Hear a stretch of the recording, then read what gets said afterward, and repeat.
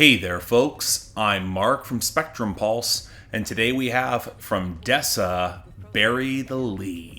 Not gonna lie, I was extremely conflicted heading into this. Dessa is one of my favorite rappers with two of the best albums of the last decade, but Ides felt frustratingly underwhelming and fragmented, and I wasn't exactly thrilled about my least favorite song from that project getting packaged onto this. Moreover, with each passing album, Dessa seems to be showing less interest in actually rapping, and more in a genre-blurring fusion of R&B and even synthpop that didn't exactly play to her hyper-literate cutting edge. But even if I didn't wind up liking this as much as Badly Broken Code or Chime or even Parts of Speech, Dessa is a fascinating artist. I really want to like this, and I'll say this. I'm inclined to call this a great album, as I think some of the experiments on Ides, they're better realized here, and Dessa has a more coherent thematic through line with stronger hooks, and Laserbeak was not going to let her down with production when she wasn't producing herself. That being said, it is a Dessa album that might start off with the familiar rap structures, but she does not stay there, as this project swerves wildly into synthpop, trap, even rock in moments that can feel kind of disorienting, especially as Dessa's wordplay is still occasionally pretty dense, and the production is even brighter and more technicolor. It's easily the most upbeat album of her entire career, and that includes the Doomtree bangers, and thus it relies a lot more on Dessa's singing. I like her huskier tones, even if they can be an acquired taste, even if I ultimately prefer her rapping, as I'd argue that leads to the most bruising moments on both Chime and Bury the Lede, but I'm also not always convinced that her singing matches the production as well as it could. I don't mind the trap experiment of Long Wave, but cuts like Blush and Crash, they try to have more live bass and a sharper edge, and alongside her voice, they feel like components that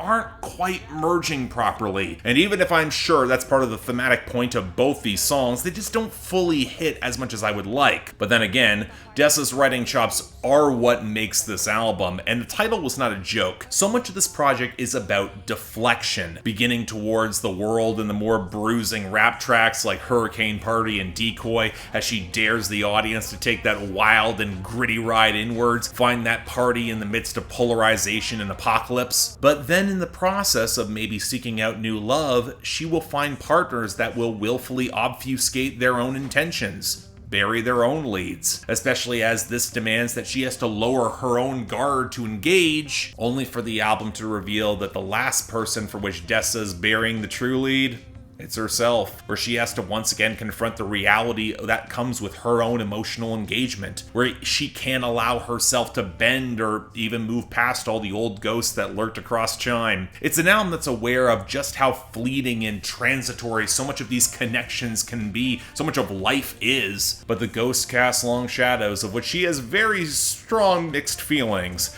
as evidenced on the excellent groove of 12-1, where by the end on Rothko, the deflections break down, and you have to face the abstracted but visceral reality in one of the weirdest but most haunting tracks that Dessa's ever made. So if I'm going to make the comparison that frankly only I would make, if Chime was Dessa's Astoria, this is her Phantoms, a genre-twisting album that tilts even deeper into pop, where the edge is still there, but perhaps not always where you might be expecting it, and that's the point. That feels like a thematic coda to the last full-length album, where in continuing to try to escape old passions, the echoes are still very much in sight, and it leads to a certain almost operatic loss and acceptance of the madness that just makes us human. And of course, no, not all the experiments fully click for me, but with every listen, I was convinced this was great, and also convinced that most people will just not have the patience for this. That is the consequence that comes with burying the lead with your populism,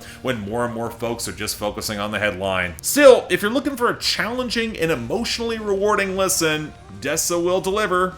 She always has. So yeah, highly recommended. Check this out. So yeah, thanks a lot for watching. If you want to see more reviews, please be sure to like, share, drop some comments, and subscribe. I'm curious where longtime Dessa fans are sitting on this project beyond the diehards, because again, this is a tricky project to process. I mean, all of hers are, but this one more than most, and again, part of that's intentional. Beyond that, if you guys want to get projects on my schedule, link to my Patreon's right over there. And as always, I'm Mark, you're watching Spectrum Pulse, and I'll see you next time.